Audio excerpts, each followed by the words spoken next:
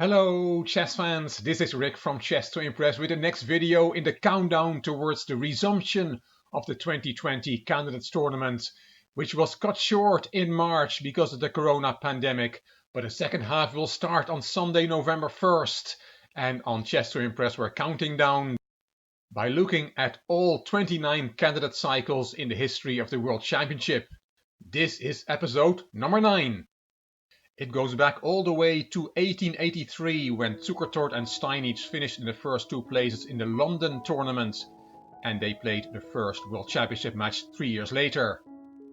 Steinitz qualified in St. Petersburg 1895-1896 for a rematch against world champion Lasker, and Paul Keres from Estonia won the event in the Netherlands 1938 to qualify for a match against world champion Al Yochin, but he never got a match because of World War II interfering.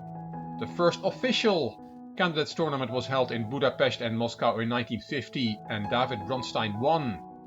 Vasily Smyslov won 2 candidate cycles, in Zurich 1953 and Amsterdam 1956. Misha Tal won the next cycle and became world champion the year after, and Tigran Petrosyan won Curaçao 1962. Then the candidates tournaments were replaced by candidate matches, and Boris Spassky won the first 2 cycles with that format, in Tbilisi 1965 and Kiev 1968. The first one is in red because we're going to look at a game from that candidate cycle in this video.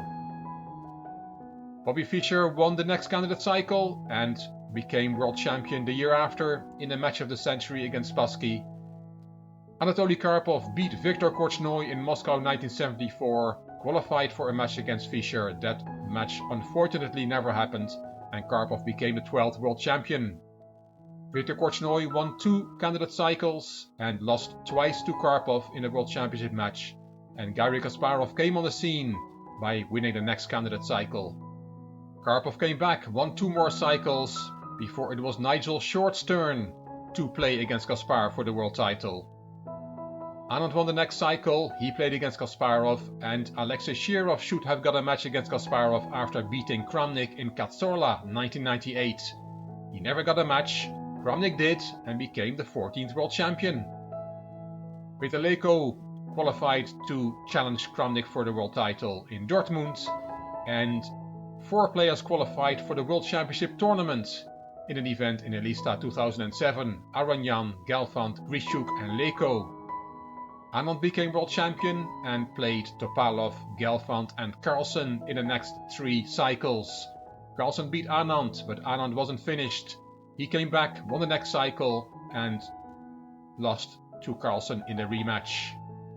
Sergei Karyakin and Fabiano Caruana were Carlsen's last 2 challengers by winning the last 2 candidate cycles. Who will it be? The winner of Yekaterinburg 2020 will gain the right to challenge world champion Magnus Carlsen for the world title. It will be very, very exciting. We're going back to 1964 when the Interzonal tournament was held in Amsterdam, and here we see the top 10 from that event. 24 players, 23 rounds, and as you can see, Vasily Smyslov won the Interzonal with the same number of points as Larsen, Spassky and Tal. They qualified for the candidates matches, and it would have made sense if Stein and Bronstein, who finished in 5th and 6th place, also qualified. But the players in green qualified, Ivkov and Portish, instead of Stein and Bronstein. What happened there? Well, since FIDE rules only allowed a maximum of 3 players from the same nation to qualify from the Interzonal, Stein and Bronstein from the Soviet Union were ineligible. And Bobby Fischer, the winner of the previous Interzonal in 1962, declined his invitation despite qualifying by winning the 1963-1964 US Championship with 11 wins out of 11 games. I made a series on that, I'll put the link up here. So instead of Stein and Bronstein, Ivkov qualified, and the 6th and final place in the candidates tournament was decided in a 3-game playoff in which Portish beat Rysevsky. After the controversy surrounding the previous candidates tournament, the 1965 tournament was the first to be played as a knockout series of matches. 2 players were seeded directly into the tournament, Mikhail Botvinnik, the loser of the last championship match against Tigran Petrosyan, and Paul Keres, who had finished in 2nd place in the 1962 candidates tournament. Botvinnik declined, and his place was taken by Efim Geller, who finished third in the 1962 candidates. So then we had the 8 players. And this was the bracket. Spassky beat Keres in the first round. Smyslov surprisingly lost to Geller. Larsson beat Ivkov. And Tal beat Portisch. In the semi-finals, Spassky beat Geller. And Tal beat Larsson. Spassky beat Tal in the final and qualified to challenge world champion Tigran Petrosyan for the world title. In this video, we're not going to look at a game of Super Grandmaster against Super Grandmaster from the candidate matches. We're going to look at the game from the Interzonal, the stage before the candidate matches. We're going to look at the game from Boris Spassky, who finished in 3rd place in the Interzonal and in the end won the candidate cycle against an international master from Argentina. The game was played in the 9th round of that Interzonal in Amsterdam, and white was Boris Spassky, black was Alberto Vogelmann, born on the 13th of October 1923 in Buenos Aires and died on the 9th of December of 2013. As said, he was an international master and finished twice in 2nd place in the Argentinian National Championships and represented his country in 2 Olympiads. In this Interzonal he finished in joint 17th place of the 24 players with 8 points out of 23 games. But he could play because in this tournament he made a draw against tournament winner and former world champion Vasily Smyslov. Let's see how the game went. Spassky opened with the e-pawn. c6 from Vogelmann, d4, d5. We have the Caro-Kann on the board. Knight c3, black takes, knight takes, bishop f5, attacking the knight. Knight to g3, attacking the bishop. Bishop g6, and here h4 is the main move, followed by knight f3, but Spassky played a 3rd option, bishop c4, in this game.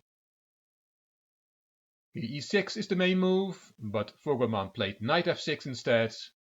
Knight 1 to e2, e6, and here either castling or knight f4 are a very popular move in the database, but h4 was played by Spassky. And here h6 is the main move, but knight h5 was played by Vogelmann. The knight was taken, bishop takes, and f3 on pinning the knight.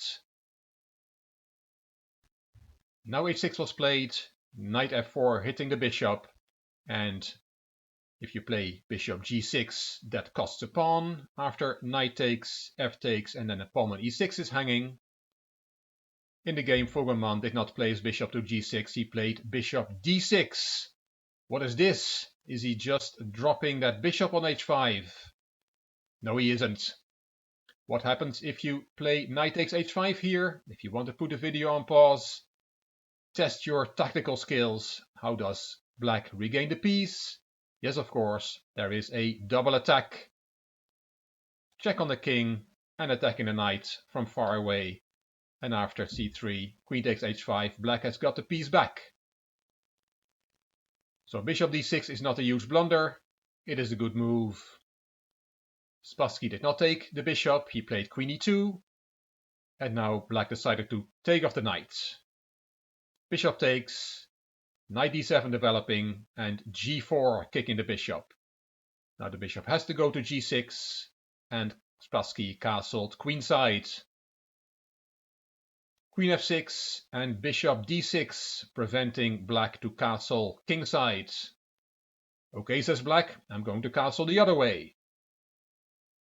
Bishop b3, h5 and queen e3.